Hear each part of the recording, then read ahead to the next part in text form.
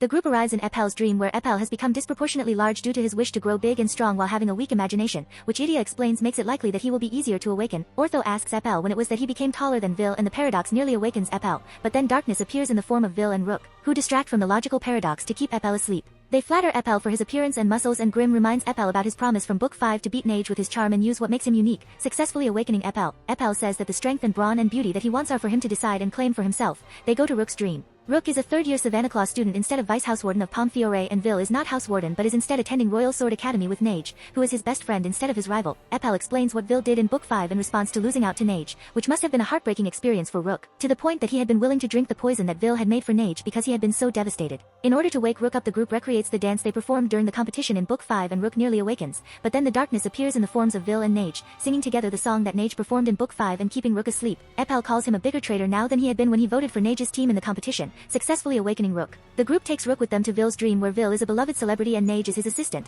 and Vil is about to receive a prestigious Best Actor award that Nage won in the real world at 14 years old. Rook says he is happy that Vil no longer has to suffer failure or jealousy, but his happiness has come at the cost of what he holds most dear, the spirit of tenacity that makes him who he is. Vil wins the award in his dream, and Rook reminds him of how he founded NRC's Film Research Club and of his performance in Book 5, which nearly awakens him. Dream Nage promises him success without effort, putting Vil into a deeper sleep. The group follows him into the darkness and find Nage unresponsive at NRC, having drank the poisoned apple juice that Rook took from him in Book 5. The darkness assures Vil that Nage had to withdraw due to a stomachache and their hard work has been rewarded, but Rook reminds him of how he said he would never forgive himself for trying to poison Nage. Rook reminds him of his sacrifice in Book 6 and Vil awakens. The dream begins to collapse and Vil is dragged into the abyss. Vil is confronted with the overblotted version of himself wallowing in jealousy and blaming Nage for his ugliness. Vil says that his overblot was no one's fault but his own, and when the darkness insists that he hates Nage, Vil reflects on how he is so steeped in envy and resentment there is no beauty to be found, but he refuses to turn away from it and will accept it as part of himself. The dream Vil turns into an old woman, and Vil says he will crawl his way out together with his ugly desires, taking on his overblot form. Vil returns to the dream where he is being celebrated for his Best Actor award achievement, and he again poisons Nage, saying that he will be the one to decide who is the fairest in the land. Vil sends Rook and Epel back to their own dreams, joining Silver and the others as they move on to the next dream. To be continued.